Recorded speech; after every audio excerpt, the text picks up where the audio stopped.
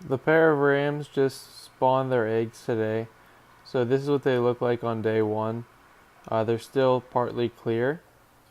A day later, you'll see they'll start to develop. Some eggs will turn white. Those will be infertile eggs that are starting to fungus over.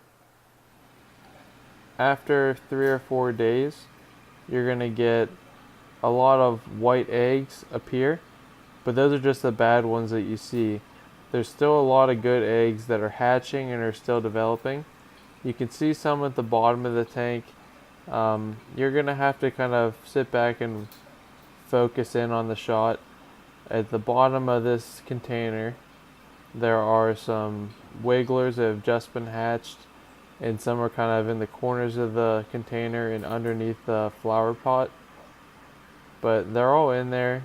It's only a few days since they've been laid, and they're just starting to hatch out, and they are super small. Another day or two goes by. Most of the eggs that are going to hatch have hatched, and you'll be able to see their eyes on them. So that's the little black dots you see. It's a small German blue ram fry. They're wigglers at this state, and you're going to see them kind of shaking along the bottom of your container, and they're still feeding off their egg sacs. But you can see right there in the front, there's kind of a line of them. Here's an above view. So they are now hatched out. They are baby fish. They're not feeding off of any food yet. They still get all their food from their egg sac.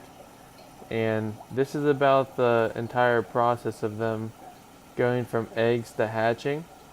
The next step from this would be whenever they become free swimming, and that's when they'll leave the bottom of the tank. Their egg sac will get even smaller, and they are new baby fish. So this is kind of a closer look at it. It's very hard to see in person and on camera, but I hope you guys can kind of watch the process of German blue rams from egg to young baby to eventually adults. Thank you for watching.